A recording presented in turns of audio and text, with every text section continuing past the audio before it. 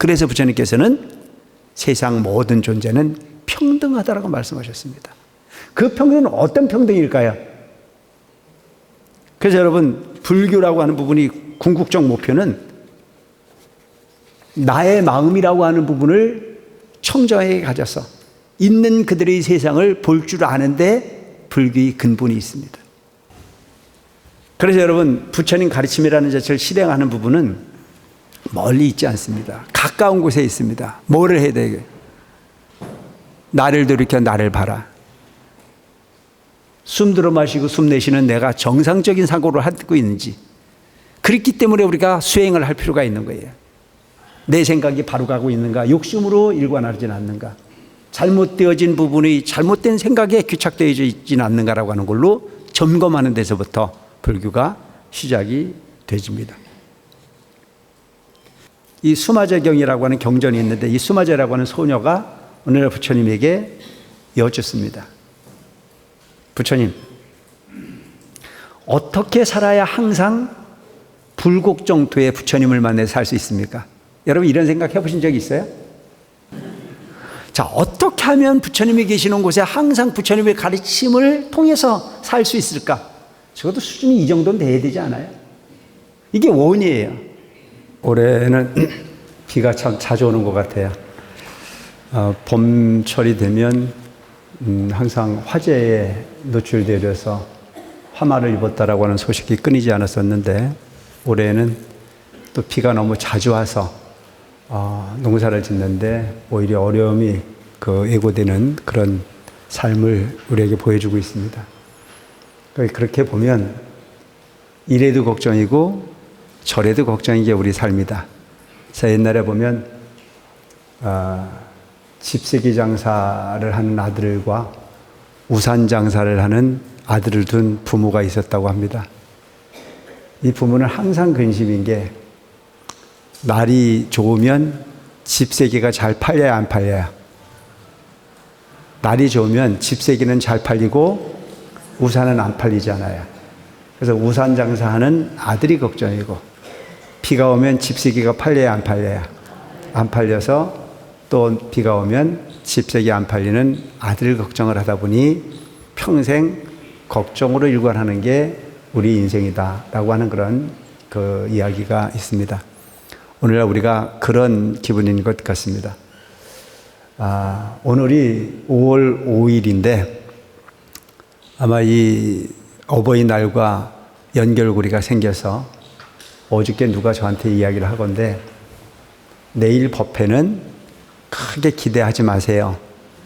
왜냐하면 요즘에는 어린이날 출발해서 어버이날까지 효도를 1년에 하는 효도를 몰아서 하고 있습니다. 그래서 옛날에는 집안에 들어앉아서 효도를 했는데, 요즘엔 부모님 모시고 다 산으로 들로 여러 곳으로 다니면서 그렇게 효도를 몰아서 하는 시기이기 때문에 법회에 크게 기대하지 않아야 될 거라고 하는 예고를 제가 들었습니다. 오늘 그래도 보니까 여러분들은 평상시에 효도를 받는 분이기 때문에 이 자리에 이렇게 함께 하고 있었던 게 아닌가 싶은 생각을 하고, 평상시에 법회 오시다가 오늘 못 오신 분들은 1년의 효도를 다 몰아서 받는 날이기 때문에 그 효도 때문에 함께 하지 못하는 그런 법회가 아니었나 싶은 생각을 합니다. 무쪼록 안 오신 분들에게까지는 제가 큰 근심을 하지 않지만, 함께 하신 여러분들에게는 부처님 가피가 충만하시기를 축원을 드리면서 오늘 법회를 시작을 합니다. 그동안 우리 초파일을 앞두고 많은 분들이 노고가 있어서 우리들 스스로도 행복한 등불을 볼 수 있고, 지나가는 분들도 많은 관심을 기울이는 모습들을 보고 있습니다. 저는 자다가도 일어나서 나가서 봅니다. 등불을 보러 가는 게 아니고 누가 보고 있나 하고 챙기러 나가서 항상 돌아보고 들어오고 하는 부분을 습관처럼 하고 있는데, 무쪼록 많은 분들이 노고에 의해서 정말 저 삼광사처럼 불야성을 이룬 많은 분들이 오는 그런 날이 우리한테도 있을 거라고는 저는 희망을 갖습니다. 지금은 그냥 그곳에 그렇게 등불을 켰나 보다라고 하는 마음이지만, 부르가리 시간을 좀 가져가면서 문화와 함께하는 초파회를 자리매김하고 하다 보면 이제 그때쯤이면 그곳에 등불을 보기 위해서 모이는 그런 명소로 우리 원흥사가 크게 변화되어지기를 항상 부처님처럼 축원되고 있고 그런 날이 되기를 염원을 합니다. 여러분들에게 한 가지 말씀드리고자 하는 것은 혼자 꾸는 꿈은 꿈이지만 함께 꾸는 꿈은 현실이 된다라고 하는 얘기를 제가 했던 기억이 있습니다. 기억나십니까? 제가 이 원흥사 처음 오면서 참 저는 그 말을 좋아합니다. 혼자 꾸는 꿈은 꿈이지만 함께 꾸는 꿈은 현실이 될 수 있다. 저는 그런 현실적인 부분이 정토를 이룰 수 있는 모든 사람들이 부처님을 생각하고 소원이 있다면 원흥사를 떠올리고 원흥사를 가봐야 되겠다라고 하는 마음을 가질 수 있는 도량으로 거듭나기를 바라고 또 그를 위해서 우리가 한번 힘을 모아보자라고 하는 걸로 계획을 세웠고 그 계획은 계획으로 끝나지 않고 현실로 점점 이렇게 다가오고 있습니다. 불기 2568년 부처님 오신 날은 여러분들이 아마 그 꿈을 꿨던 부분이 현실이 처음 시작되어지는 어떤 그런 날이라고 해도 과언이 아닐 거라고 생각합니다. 막연히 우리는 불사를 이룰 수 있을까라고 하는 의구심으로 출발했던 우리 원흥사지만 이제 그 불사를 이룰 수 있는 기초를 충분히 다졌고 그곳에 등을 밝혀서 발언을 했고 그 발언이 열매를 맺어서 여러분들에게 꽃으로 나타날 수 있는 그런 날이 곧 올 거라고 생각합니다. 많은 분들이 도움이 있었습니다. 또 많은 분들이 염원이 있었습니다. 우리 생각이라고 하는 부분은 생각으로 끝나지 않고 그 생각이 현실로 나타날 수 있기 때문에 부처님께서는 생각을 현실로 만들어주기 위한 가르침, 그 부분에 희망을 담기기 위해서 오신 분이 나는 부처님이라고 생각합니다. 우리는 모든 생각을 할 수 있습니다. 우리는 모든 이야기를 할 수 있습니다. 우리는 모든 행동을 할 수 있습니다. 그래서 제가 항상 하는 이야기가 말이라고 하는 부분은 그냥 나오는 것이 아닌 생각으로부터 나옵니다. 인정하십니까? 생각 없이 말하는 사람 있나요? 생각이 먼저이고 그 생각이 말이 되어져서 세상에 나옵니다. 그 말은 행동을 예고합니다. 그리고 그 행동이 반복되어져서 습관을 만들어냅니다. 그 습관이 쌓이고 쌓여서 우리는 업을 이루고 삽니다. 그래서 우리는 그 이유에 대한 부분의 답을 논리적으로 설명은 못하지만 잘 되거나 못 되거나 그 결과는 복의 결과요, 업의 결과라고 말합니다. 그래서 잘 되는 사람은 그냥 복 받았다고 생각하는 사람들도 있겠지만 안 되는 사람들이 가끔 저한테 와서 이야기를 합니다. 스님, 나는 전생에 무슨 죄를 지었길래 이렇게 하는 것마다 안 되느냐고 물으러 오는 사람이 있습니다. 꽤 괜찮은 사람입니다. 안 되는 원인을 내가 무슨 죄를 지었길래 안 되느냐라고 이야기할 정도라면 꽤 양심이 있는 사람입니다. 맞는 말이거든요. 틀린 말 아닙니다. 세상은 똑같은 조건으로 주어져 있습니다. 누구에게든 세상은 눈으로 볼 수 있고 귀를 들을 수 있고 생각해낼 수 있고 행동할 수 있는 부분이 환경이 주어져 있습니다. 좌로 갈 거냐 우로 갈 거냐라고 하는 판단도 내가 합니다. 근데 좌로 간 사람은 성공을 하고 우로 간 사람은 실패하는 경우가 있고 우로 간 사람은 성공을 하고 좌로 간 사람은 실패하는 경우도 있습니다. 보고 답을 쓰는 사람은 없습니다. 우연인 듯 그렇게 가는 부분이. 하지만 이 세상의 삶은 부처님 가르치는 일관에서 본다면 우연은 없습니다. 세상은 자업자득이라. 스스로 짓고 스스로 판단하고 스스로 가는 길을 통해서 결과에 부응하는 것이 우리 삶이고 보면 어떻게 살 것인가 라고 하는 걸 생각해 볼 필요가 있습니다. 우리는 반드시 업이라고 하는 부분이 결과에 억울해하지만 그 업은 돌이켜 생각해 보면 한 생각으로부터 비롯되어졌다는 생각을 할 수 있습니다. 한 생각을 어떻게 할 거냐라고 하는 부분을 고민하는 물자. 그 생각을 마구 하는 내가 아닌 그 생각을 신중하게 해낼 수 있는 부분이 삶. 그것이 바로 부처님이 가르침입니다. 그래서 우리는 안이비설신의 육군이 육경을 대상을 통해서 끊임없는 번뇌에 부침하고 있습니다. 그 번뇌를 통해서 어지러운 가운데 판단을 구하다 보니 그 판단은 잘못되어지는 판단도 가끔 있고 가끔은 잘 되어지는 판단이 있기도 합니다. 잘 되어지는 판단으로 좋은 결과가 왔을 때는 복을 받았다고 얘기하고, 잘못되어지는 판단으로 억울한 부분의 결과가 왔을 때 우리는 억울한 과오를 받았다라고 하는 생각으로 억울해합니다. 그런 모든 부분의 과정은 내 한 생각으로부터 비롯되어졌다는 생각을 반드시 할 필요가 있습니다. 그래서 부처님께서는 천상천하 유아 독존이라 하셨습니다. 천상천하의 나 홀로 존귀한 존재다. 존귀한 존재인 내가 존귀해질 수 있는 부분은 여러분들 스스로가 존귀한 짓을 했을 때 존귀한 존재가 될 수 있다고 하는 사실을 기억할 필요가 있습니다. 내가 하는 짓이 존귀하지 않으면서도 누군가가 존귀해 주길 바란다는 자체는 어불성설에 지나지 않는 논리일 수밖에 없습니다. 내 스스로가 존귀한 행동을 하고, 내 스스로가 존귀한 생각을 하고, 내 스스로가 존귀한 말을 하고, 내 스스로가 존귀할 수 있도록 여러분들이 노력할 필요가 있습니다. 그래서 부처님께서는 세상 모든 존재는 평등하다라고 말씀하셨습니다. 그 평등은 어떤 평등일까요? 기회에 대한 평등입니다. 그 기회는 차별하지 않습니다. 그 기회는 누구에게나 주어지는 부분인데도 불구하고 그 부분을 우리는 누군가가 준다라고 하는 막연한 생각에 삶을 살고 있는 경우가 무척 많이 있습니다. 이 세상은 내가 보고 내가 되는 거다. 그 판단을 구하는 부분이 일컬어 잘못되지 않게 하기 위해서 우리는 명상이라고 하는 장르를 도입하기도 합니다. 그런데 여러분, 요즘 대개 보면 명상이라고 하는 부분이 어디 엉뚱한 곳에서부터 시작된 걸로 알고 있지만 명상의 고향은 부처님이십니다. 이 세상이 부처님 이전에 많은 사람들도 명상을 했지만 그 명상으로서 우주법계의 이치를 깨달아내신 분은 부처님이세요. 그것이 서양으로 흘러가서 명상을 상품화해서 아주 멋스럽게 포장을 해서 오히려 우리 것을 남들이 만들어낸 것인 양 그렇게 치부되어지고 그렇게 생각하는 경우들이 무척 많습니다. 그래서 부처님께서 이 세상이라고 하는 부분이 만들어지는 부분은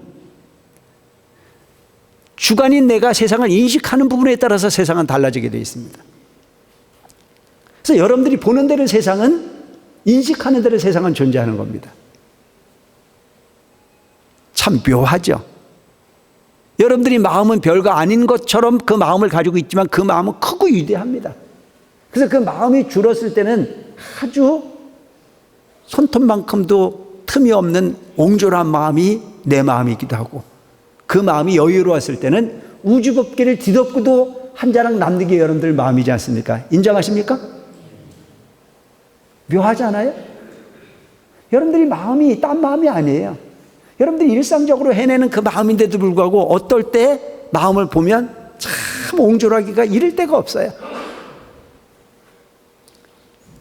근데 어떨 때 내 컨디션이 좋고 내 눈앞에 나와진 현실이 내 욕구에 조금 넘치도록 다가오고 그랬을 때는 참 여유로워집니다. 그래서 부처님께서 우리들에게 가르쳐가는 것은 있는 그대로의 실상을 봐라. 있는 그대로의 모습을 봐라. 있는 그대로의 너를 찾아라. 좌고우면하지 않는 있는 그대로의 나의 모습을 찾아가는 부분이 진정한 불교일 수 있다. 그래서 여러분, 불교라고 하는 부분이 궁극적 목표는 나의 마음이라고 하는 부분을 청정하게 가져서 있는 그대로의 세상을 볼 줄 아는데 불교의 근본이 있습니다. 근데 우리가 세상을 보는 모습을 보면 다 어떻게 봅니까? 지 기분에 따라서 봅니다. 지 기분에 따라서. 어제 싫었던 부분이 오늘 갑자기 좋아지고, 어제 좋았던 부분이 오늘 갑자기 싫어지는 경우가 있어요. 그래서 우리가 흔히 보면 본인이 낸 마음에 본인이 치이는 거 아닙니까? 너 없이는 못 살겠다고 난리를 쳐놓고, 그리고 네가 내 편이 되고 난 다음에는 그 다음엔 어떤 생각이 들어요? 너만 없으면 행복하게 갔다고 하는 날이 있어요, 없어요? 전혀 안 해봐서 기억이 없으세요? 누구한테 속은 겁니까? 나한테 속은 거잖아요. 밥을 안 먹어도 너만 있으면 행복할 것 같고, 아무리 험난한 환경이라도 너만 있으면 극복할 수 있을 것 같았었는데, 조금 내 편이 돼서 살다 보면 그때 마음이 슬쩍 변해가지고 너만 없으면 세상이 행복할 것 같다라고 이야기해서 극단적인 부분이 삶으로 가는 경우도 무척 많이 있습니다. 시작도 그 마음이고 그 결과도 그 마음의 결과에 사는 것이 우리 삶이고 보면 어떻게 사는 게 답일까? 자기 마음도 자기 스스로가 못 붙들고 앉아있으면서 우리는 누구 때문에 시비를 하고 삽니까?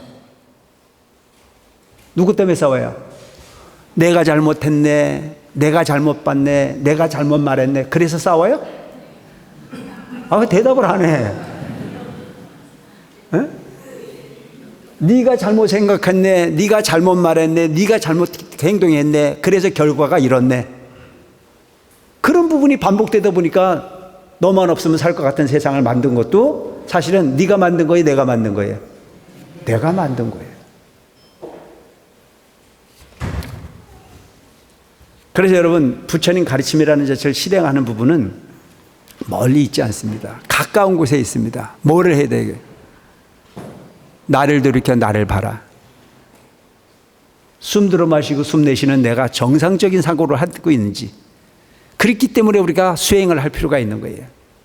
내 생각이 바로 가고 있는가, 욕심으로 일관하진 않는가, 잘못되어진 부분이 잘못된 생각에 귀착되어져 있진 않는가라고 하는 걸로 점검하는 데서부터 불교가 시작이 되집니다. 부처님 당시에 저 수마제라고 하는 보살, 한 소녀가 있었습니다. 이 수마제경이라고 하는 경전이 있는데, 이 수마제라고 하는 소녀가 오늘날 부처님에게 여쭙습니다. 부처님, 어떻게 살아야 항상 불곡정토에 부처님을 만나서 살 수 있습니까? 여러분, 이런 생각 해보신 적 있어요? 네? 대답을 안 해. 자, 어떻게 하면 부처님이 계시는 곳에 항상 부처님의 가르침을 통해서 살 수 있을까? 적어도 수준이 이 정도는 돼야 되지 않아요? 이게 원이에요. 근데 여러분들은 눈만 뜨면 절에 갈 수 있어요, 없어요? 그러니까 귀하게 생각을 안 해. 이게 참 귀한 거거든요. 여러분들은 전생에 지금 복이 참 많으신 분들입니다. 그래서 전에 오고 싶을 때 언제든지 올 수 있어요. 그래서 오늘도 효도 받으러 가신 분들은 절에 오는 것보다는 그게 크다는 생각을 하니까, 절은 마음만 있으면 언제든지 가는 곳인데 효도는 언제든지 받을 수 있어요, 없어요? 계산 잘해야 돼.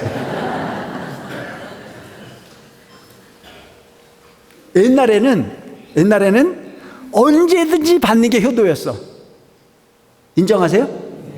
그래서 지금 이 자리에 앉아 계시는 대부분의 분들은 좀 억울할 수 있어요. 우린 그렇게 살았는데, 눈을 감아도 부모님이요, 눈을 떠도 부모님이요, 자기 전에도 부모님이요, 자고 일어나서도 부모님이었던 것이 지금 현재 연세 높으신 분들이 삶이었지 않습니까? 인정하십니까? 항상 문안을 했어요. 잠자리는 편안하신지, 자랫기는 있는지, 방은 너무 덥지 않은지, 너무 춥지 않은지, 항상 근심해서 부모님 모시고 살았던 것이 과거에 우리 선조들의 모습이었고 우리 어른들의 모습이었습니다. 자고 일어나면 큰 소리를 내서 문을 튕기는 게 아니고 헛기침을 통해서 부모님이 혹시 기침하셨나, 그래서 내가 혹이 너무 일찍 깨워드려서 잠으로부터 아쉬움을 남기지 않았을까, 조심스럽게 모셨던 게 부모님의 마음이었어요. 1년 365일 나는 보리밥을 먹어도 내 부모님만큼은 어렵게 사신 그 부분의 삶을 보은하기 위한 마음으로 아껴 쌀로서 공양을 올리고 싶었던 것이 우리들의 삶의 모습이었습니다. 그걸 우리는 당연한 인륜의 도덕이요 가치라고 생각하고 살았습니다. 근데 요즘은요, 그렇게 하는 자식 있어요? 박물관에 가도 없어요. 그냥 일주일에 한 번 전화해줘도 그게 고마워. 그냥 이름이 있는 날 핑계대지 않고 집에 와주는 것만도 감사하다니까. 그러니까 이렇게 어려운 기회에 1년 360일 많았던 효도를 해준다는데 버선발로 쫓아가? 따라가야 돼, 안 따라가야 돼?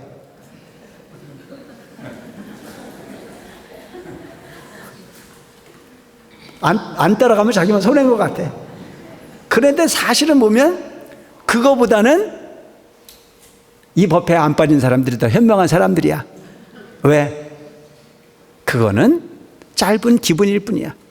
근데 여기서는 뭘 배워? 내 마음을 부처님 마음으로, 내 마음을 영겁의 나를 찾을 수 있는 이유를, 그 답을 쓸 수 있는 기회를 우리가 가졌다라고 하는 것 자체를 크나큰 보람으로 생각할 필요가 있습니다. 내가 이 법회에 들어오기 전에 잠깐 설명도 했지만 우리 삶은 그냥 영원하지 않아요. 잠깐 그렇게 영이 되다가 그렇게 손 놓고 가는 부분이 우리 삶일 수밖에 없어요. 근데 그걸 우리는 영원하다라고 하는 착각에 머물러 있어요. 3일 수심은 천재보요 100년 탐으는 일조진이라. 3일 동안 닦은 마음은 천년의 보배가 되지만 100년 동안 탐한 자산은 하루아침에 티끌에 지나지 않는 겁니다. 근데 여러분 거꾸로 생각하지 않아요? 3일 동안 닦은 마음은 닦으나 마나 한 거고 100년 동안 탐한 재산은 나를 지켜줄 거라고 착각하고 사는 게 우리 삶이에요. 그런데 잘 생각해 보면 3일 동안 닦은 마음은 도장 찍어도 안 날아가고 도적놈이어서 훔쳐가려고 하더라도 절대 도둑질 안 당해. 어딜 가든지 간에 그 마음의 청정한 마음으로 행복을 구할 수 있는 부분이 이치를 알았거든. 그것은 영원한 나를 밝혀갈 수 있는 가장 가치 있는 진리가 될 수 있는데도 불구하고 우리는 거기엔 관심이 덜합니다. 근데 여러분 100년을 탐한 재산도 내가 보니까 짤똑짤똑 나갑니까? 한꺼번에 나갑니까?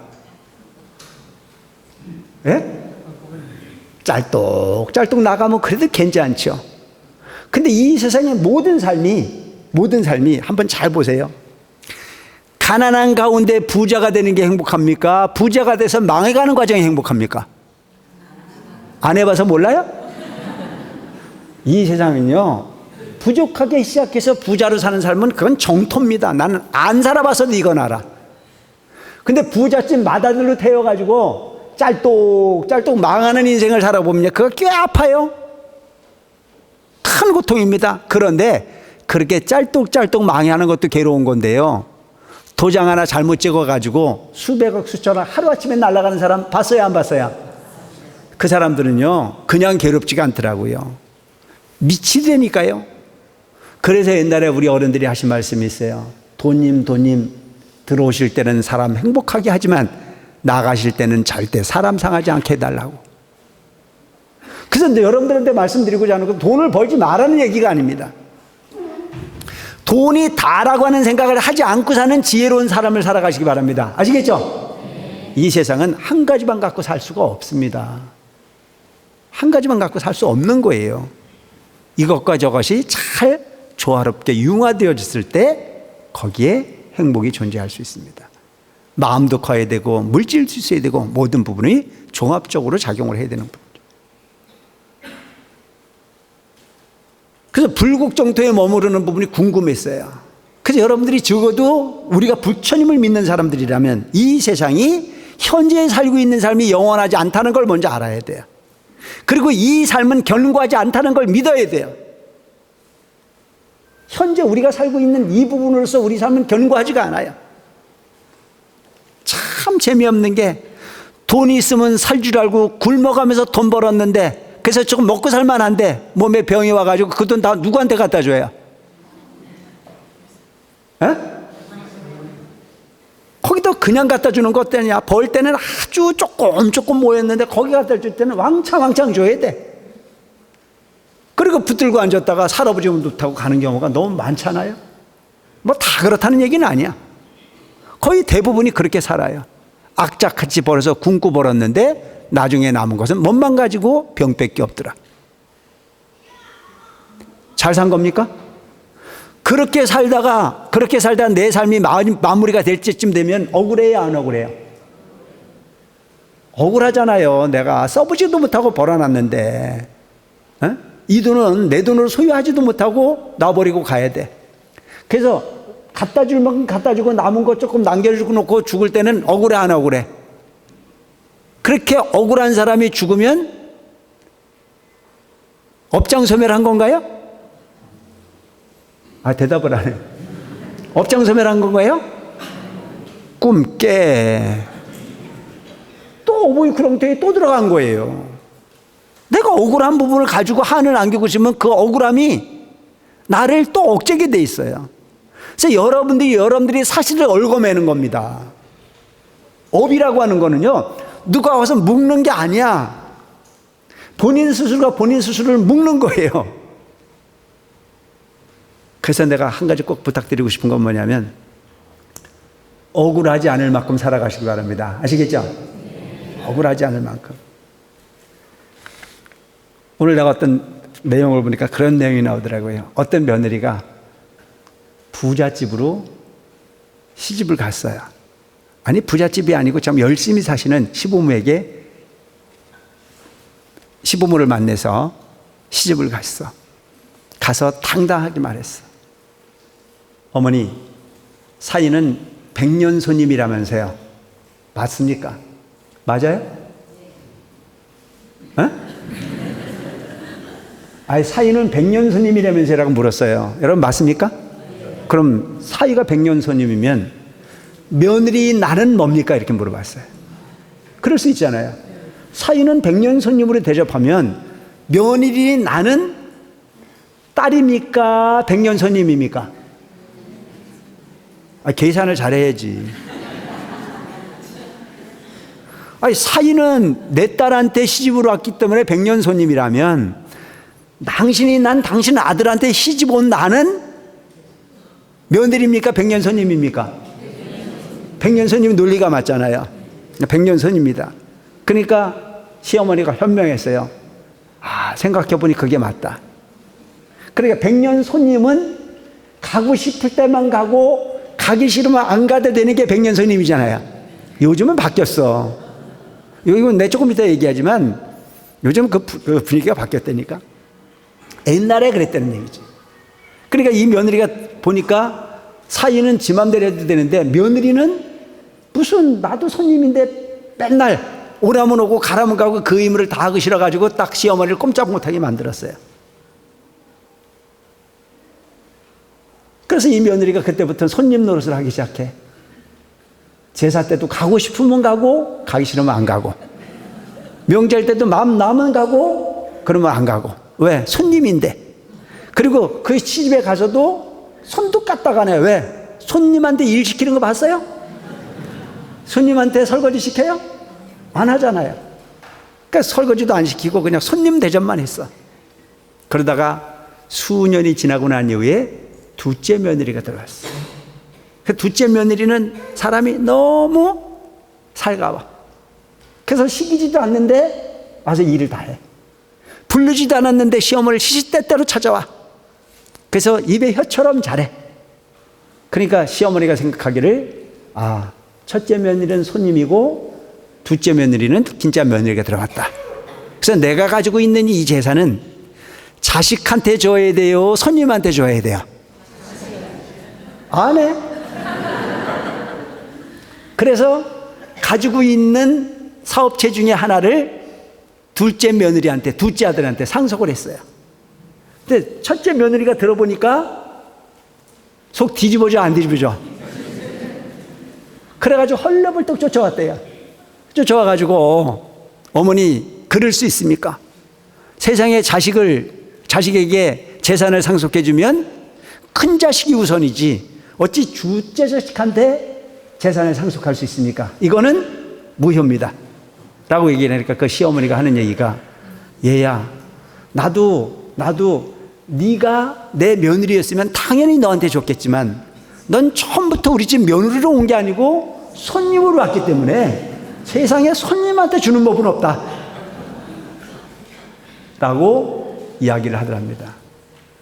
여러분, 세상은 내가 할 도리를 다하는 것으로서 행복을 찾을 줄 알아야 고유함이 있습니다. 아시겠죠? 며느리가 됐으면 그 집에 헌신을 다해야 되는 게 A예요. 그게 남을 위한 게 아니고 궁극에는 나를 위한 일이 돼요. 복을 진 사람이 복을 받죠. 약은 사람이 복 받을 수 없습니다. 난 절에 와서도 마찬가지라고 생각해요. 약은 사람이 마음 안 편해요. 그래도 뜸직하게 와서 보든 안 보든 있든 없든 내가 할 도리를 다하고 내가 부처님 전에 은혜를 입었으니 그 은혜를 갚는 마음으로도 내가 정성을 다하겠다라고 하는 마음을 가지면 가는 곳마다 향기가 묻어날 겁니다. 앞에 계시는 부처님 앞에 향로에 향을 사리려고 애쓸 것이 아니고 여러분들이 마음밭에 향을 사를 수 있는 여러분들이 되시기 바랍니다. 아시겠죠? 이것이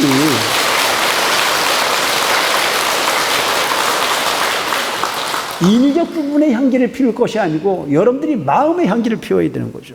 그 향로의 향이 끊이지 않도록 살아가는 부분이 부처님 가르침의 본질이에요. 그래서 어떻게 해야 항상 불국토에 태울 수 있습니까? 라고 물으니 부처님께서 하시는 말씀이 나의 행동은 당연하지만 남이 정성을 다해서 부처님 전에 공양을 올릴 때 그 공양 올리는 모습을 보고 기쁜 마음을 함께 해라. 근데 여러분, 흔히 보면 우리가 시어머니한테 효도를 하거나 시아버지한테 효도를 해도 나보다 누가 더 좋은 걸 갖다 주면 고마워요, 열받아요. 생각 안 해보셨어요? 나는 10,000원짜리 사다 드렸는데 동서가 10만 원짜리 갖다 주면 열받아, 안 받아? 아니, 생각 안 해봤어?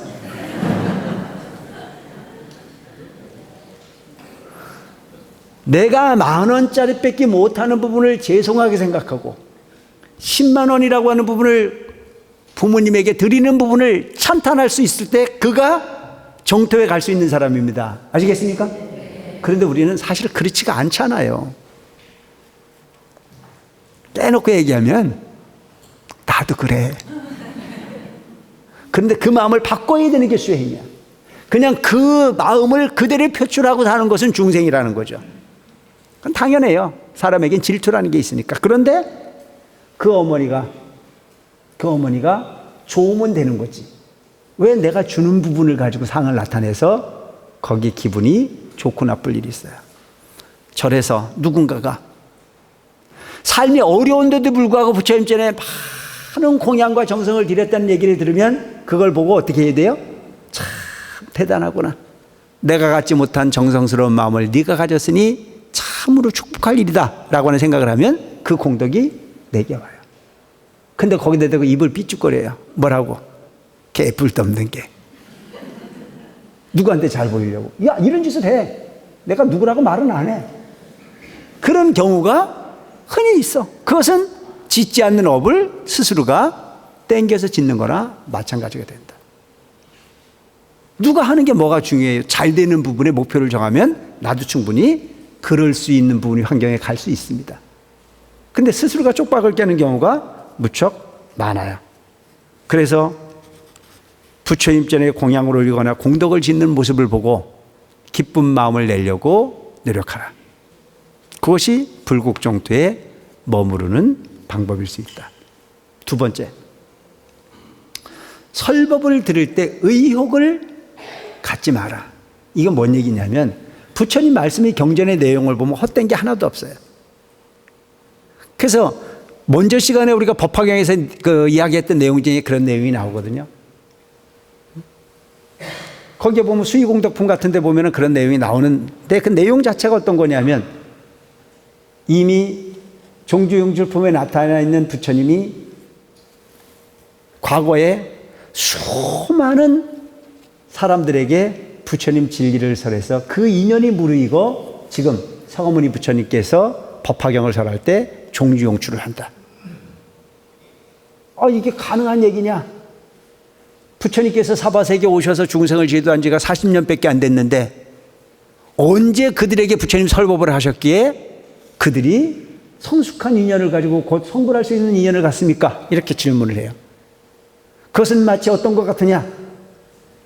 40대에 되어진 젊은 그 수행자가 100살 먹은 노인을 보고 아들이라고 칭하는 경우나 마찬가지가 아니냐? 눈으로 봤을 땐 40년밖에 안 됐는데 100살 먹은 노인네 보고 내 자식이라고 얘기하는 거나 똑같은 부분으로 그걸 믿으라고 하면 어떻게 믿어지냐? 그러니까 부처님께서 뭐라고 하냐면 그렇지 않다. 나는 이미 너희들을 위해서 부처로 모습을 보인 것은 방편일 뿐이요. 과거에 수많은 구원 증겁 전에 나는 그들에게 법을 설했고 나는 그때도 이미 부처였으며 나는 그때도 이미 이러한 법을 설했던 그 근기가 성숙해져서 곧 성불의 인연으로 함께한다라고 하는 설명을 하고 계세요. 근데 그런 부분을 보면 우리는 어떤 생각을 가져야 돼요? 조금 살다가 죽는 것이 끝난다는 생각을 해야 됩니까? 영원히 내 생명이 이어져서 윤회한다라고 하는 생각을 가져야 됩니까? 이 생각을 믿는 것 자체는 나를 어떻게 돼요? 희망으로 이끌어가게 돼 있어요. 어떤 사람이 막 삽니까? 죽으면 끝난다는 생각을 하는 사람이 막 살잖아요. 그래서 우리가 항상 하는 얘기가 뭔 얘기를 하냐면 물 먹고 돌아서서 침 뱉지 마라. 지나가다가 옹달샘을 만나서 물을 본인이 청소해서 물을 빨아먹고 난다면은 그 다음에는 이제 다 먹었다고 침 뱉고 가는 사람들이 있어요, 없어요? 있어, 없어. 있으니까 이런 얘기가 나왔지. 다시는 먹지 않겠다고 침 뱉고 돌아서는 일은 하지 마라. 왜? 그 물은 언젠가 내가 또 먹게 돼 있다. 내가 지금 현재 살고 있는 이 모습이 내 인생의 마지막이 아닌 또 다른 인생의 시작이라고 하는 점을 꼭 기억하고 살아라. 인과도 마찬가지고 모든 부분이. 그러니까 우리가 흔히 보면 정치를 하는 사람도 지금 우리 김지수 위원장도 와 있지만 정치하는 사람들 마찬가지예요.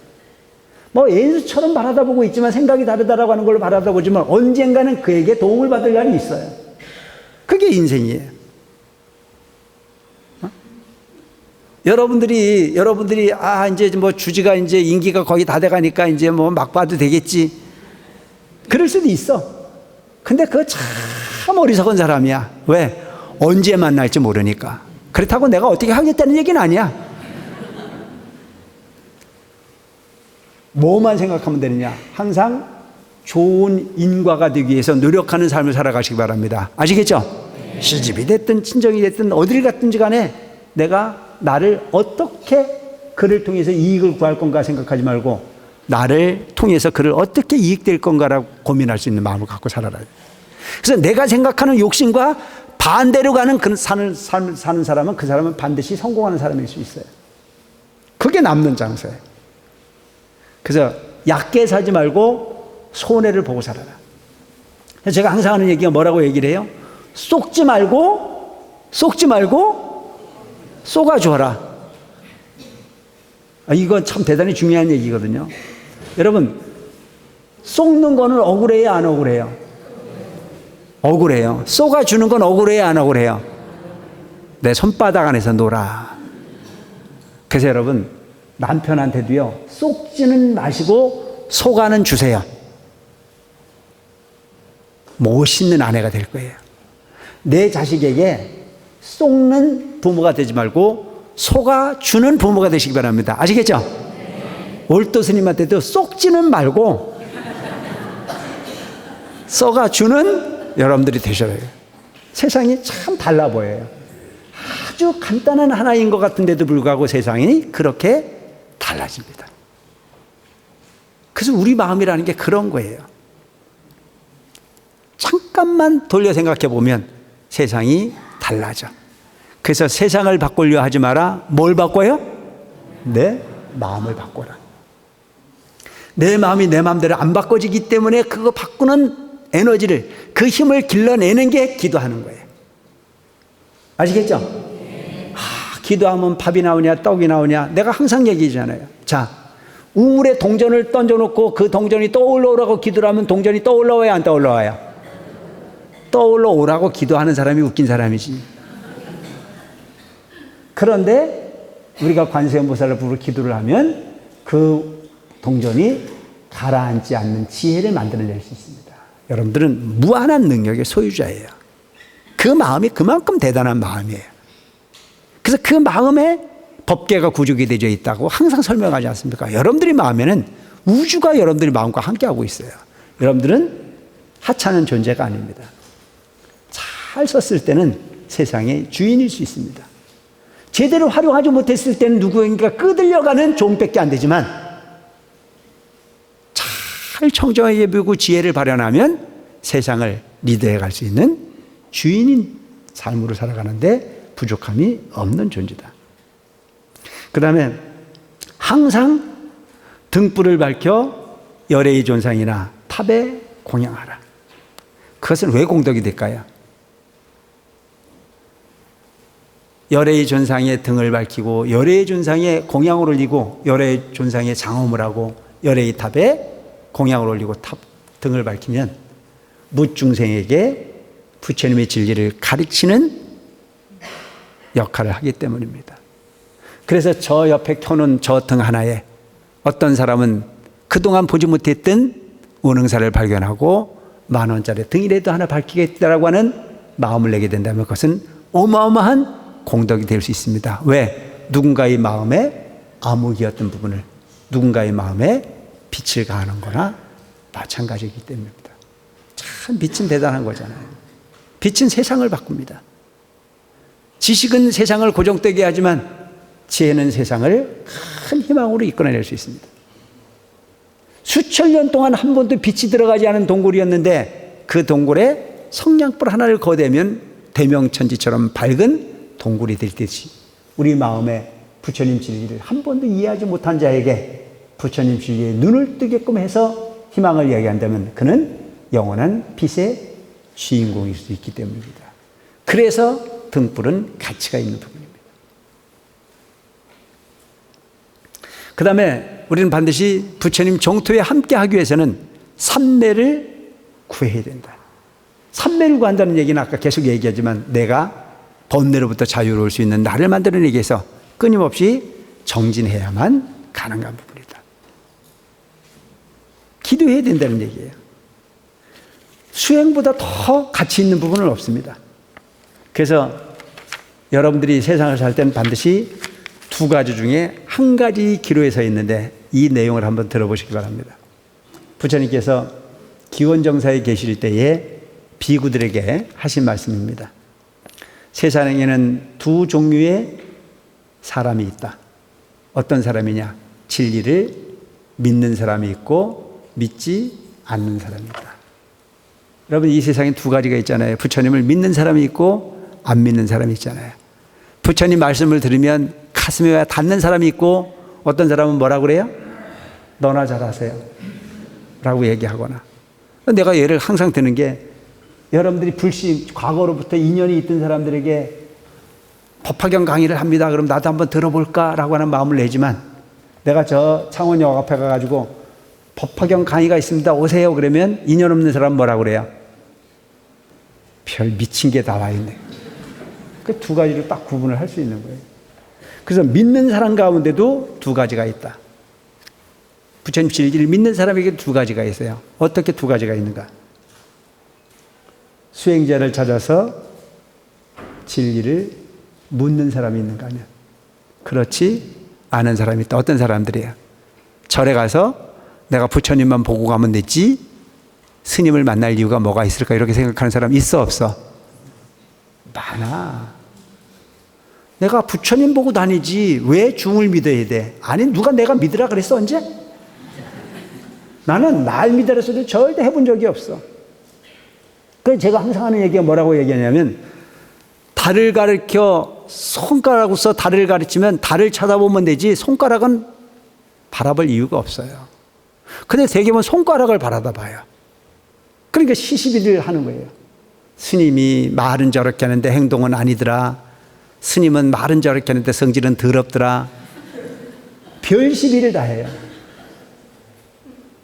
아니 금막대기로 달을 가르쳐도 달은 달이고 똥막대기로 달을 가르쳐도 다른 달이지 그게 똥인지 금인지 가릴 이유가 있습니까 없습니까? 그러니까 내가 하는 얘기가 나 갖고 시비하지 말라고.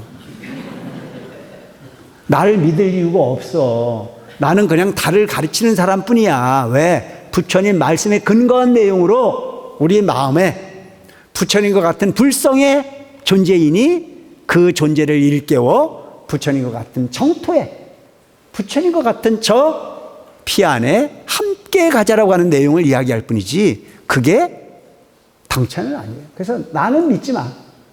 단 뭘 믿으면 돼? 내가 하는 말은 다는 아니지만 부처님 말씀이거든 믿으라는 얘기 아시겠죠? 부처님 말씀이거든 믿으라. 이거는 객관적인 것만 믿으면 되지 딴 걸 안 믿어도 돼요. 나한테 뭘 갖다 주고 앉아갖고 복 받을 때? 아니, 받아먹을 자격이 못 돼, 내가. 청 공양을 올리고 복을 받고 싶거든. 여기 갖다 놓으면 돼. 이게 뭐야? 복복자 밭전자. 여기 집어넣으면 농사 짓는 곳이야. 밭은 뭐 하는 거예요? 밭이 뭐 하는 거야? 농사 짓는 거잖아. 그래서 밭에 갖다가 씨앗을 하나를 넣는데 하나만 들어오면 그건 밭이 아니에요. 그건 밭이 아니야. 밭은 씨앗을 넣으면 그것이 상상하지 못할 만큼 많은 숫자로 늘려져. 그래서 여기에 적어놓은 게 복전함이야. 아시겠죠? 나는 복전함이 아니라고. 근데 나한테는 기대하지 말라고. 왜? 돌려줄 수 있는 능력이 없으니까. 근데 부처님한테는 갖다 넣으라고. 난 이건 내가 확실하게 믿어. 가치가 있어. 그래서 수행자를 찾아가서 묻는 사람이 있고 그렇지 않은 사람이 있다. 그리고 또 수행자를 찾아가는 사람도 두 가지가 있어. 어떤 사람이 있어? 수행자를 존경하는 사람이 있는가 하면 그렇지 않은 사람도 있어. 나도 누가 어떤 건 눈치가 빨라갖고 알아. 와서 눈빛만 쳐다봐도 저 사람이 지금 내 얘기를 듣는지 안 듣는지 다 알아. 왜? 서당계 삼면이면 풍어를 넣는다는데 내가 수십 년 신도들 앞에서 마이크 잡고 떠들었는데 뭘 모르겠어. 어? 내가 마이크 잡은 지만 35년이 넘었어. 꽤 했잖아. 근데 왜 눈치를 몰라? 내가 이 자리에서도 지금 집에 지금 국이 끓는지 밥이 끓는지 근심하는 것도 다 보여. 그 정도로 세상은 교감이 필요한데 스님 앞에 와서도 수행자를 찾아가서도 두 가지의 사람이 있다. 그 수행자를 존경스럽게 보는 사람이 있는가 하면 그렇지 않은 사람이 있다. 수행자를 꼭 존경해드릴 이유는 없지만 존경스러워하는 사람이 있어. 그것도 내 눈에 보여. 아주 스님이 어려워서 어쨌든 간에 그냥 말을 하지 않아도 스님에게 뭔가는 그 존경스러운 그런 표현이 행동으로 그냥 눈으로 그 사람의 모습에서 나타나는 경우가 있어. 그런데 반드시 되도록이면 긍정적인 부분이 부정적인 부분들은 훨씬 낫다라고 하는 부분이 가르침에 귀착해서 이런 말씀을 하시겠죠. 그 다음에 네 번째는 수행자를 찾아가더라도 그 수행자를 찾아가서 존경하는 마음을 갖더라도 두 가지가 있어. 어떤 두 가지가? 부처님의 가르침을 궁금해서 묻는 사람이 있는가 하면 물을 게 없는 사람도 있어. 에? 궁금한 게 있는 사람이 있는가 하면 궁금한 게 없는 사람도 있어. 그런데 묻는 사람이 더 잘하는 거예요? 안 묻는 사람이 더 잘하는 거예요? 에? 그건 알아서 판단하세요. 그 다음에 경을 묻는데도 두 가지 종류가 있어. 어떤 사람이? 정성을 다해서 그걸 놓치지 않으려고 마음을 내는 사람이 있는가 하면 그냥 기박하태로 건성건성 듣는 사람도 있다. 그 경을 듣는 사람 중에서도 두 가지가 있는데 그 두 가지는 하나는 법과 계율을 지키는 사람이 있는가 하면 그것을 전혀 가치가 없다고 생각하는 사람도 있다. 그 법을 듣는 사람 중에서도 두 가지가 있다. 하나는 그 가르침을 내 마음으로 받아들여 관조하는 사람이 있는가 하면 그렇지 않은 사람도 있다. 지금까지 7가지에 대한 부분 중에서 그런 사람과 그렇지 않은 사람을 구분했는데 눈치가 빠른 사람들은 그런 걸 따라가야 돼요? 안 그런 걸 따라가야 돼요? 에? 그래서 항상 이 세상은 긍정과 부정 중에서 부처님 우리들에게 항상 긍정적인 부분을 말씀하셨습니다. 나 자신을 위해서 무엇을 어떻게 살아야 될 건가를 깊이 있게 관조해 보시고 순간순간이 쌓여 영겁을 이루게 되어 있습니다. 한 번이 쌓여 두 번, 세 번으로 이어지는 거지 한 번을 생략하는 사람은 그 다음도 또 그렇게 생략할 수밖에 없는 인생을 살아갈 수밖에 없다. 나라고 하는 부분이 존재하는 이 순간 나를 변화시켰을 때만이 미래의 나를 또 다른 내가 될 수 있다는 점을 꼭 기억하시고 순간을 무시하지 않는 정성을 다하는 여러분들로 살아가셨으면 좋겠다라고 하는 말씀을 드리면서 부처님 오신 날을 앞두고 특히 오늘 수많은 유혹이 있었는데도 불구하고 그 유혹을 뒤로 하시고 이 법회에 함께 하신 모든 분들께 부처님의 자비와 강명이 함께 하시길 기원합니다. 그리고 귀한 시간 함께 해주신 우리 민주당의 김지수 의창구 지구당 위원장 그리고 김남수 우리 시의원이 함께 하셨습니다. 큰 환영의 박수를 보내드리면서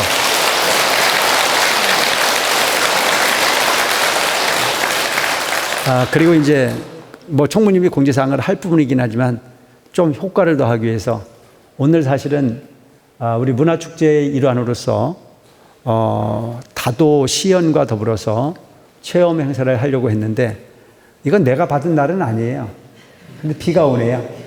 그래서 저 바깥에서 아주 멋진 들차회를 계획을 했었는데 그걸 실행할 수 없는 그런 상황이 돼서 점심 공양 드시고 1시부터 우리 법당에서 비가 오기 때문에 법당에서 차 나눔 행사를 하겠습니다.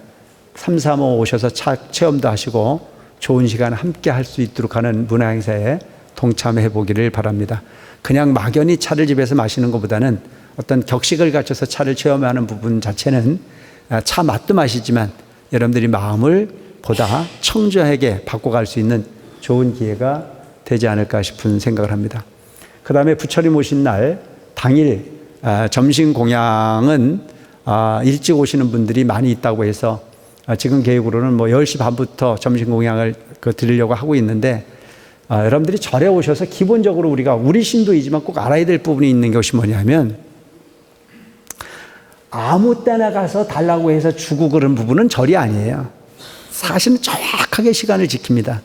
근데 이날은 우리가 9시 반에 초파일 법요식을 합니다. 과거에는 10시, 11시에 이렇게 했었는데 제가 오고 난 다음부터는 계속 10시 반에 9시 반에 이 행사를 합니다.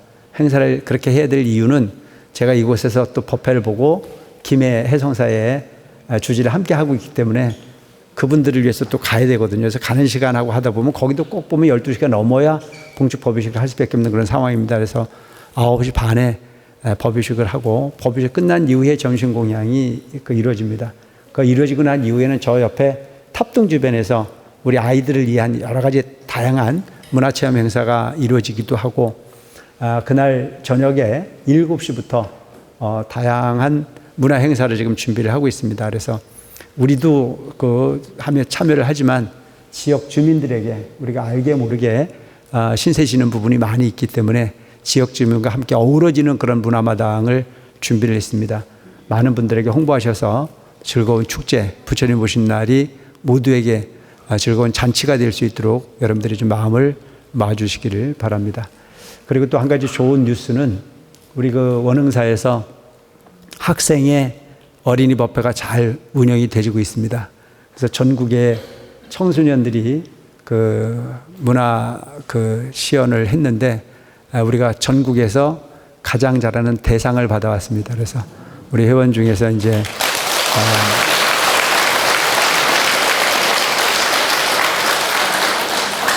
문화체육부 장관상도 가지고 오고 또 돈도 또 벌어 갖고 오고 그래서 좋은 일이 잘 생기고 있습니다. 모든 부분들이 여러분들이 잘 협조해 주시고 열심히 정진해 주신 결과가 아닐까 싶은 생각을 합니다. 고맙습니다.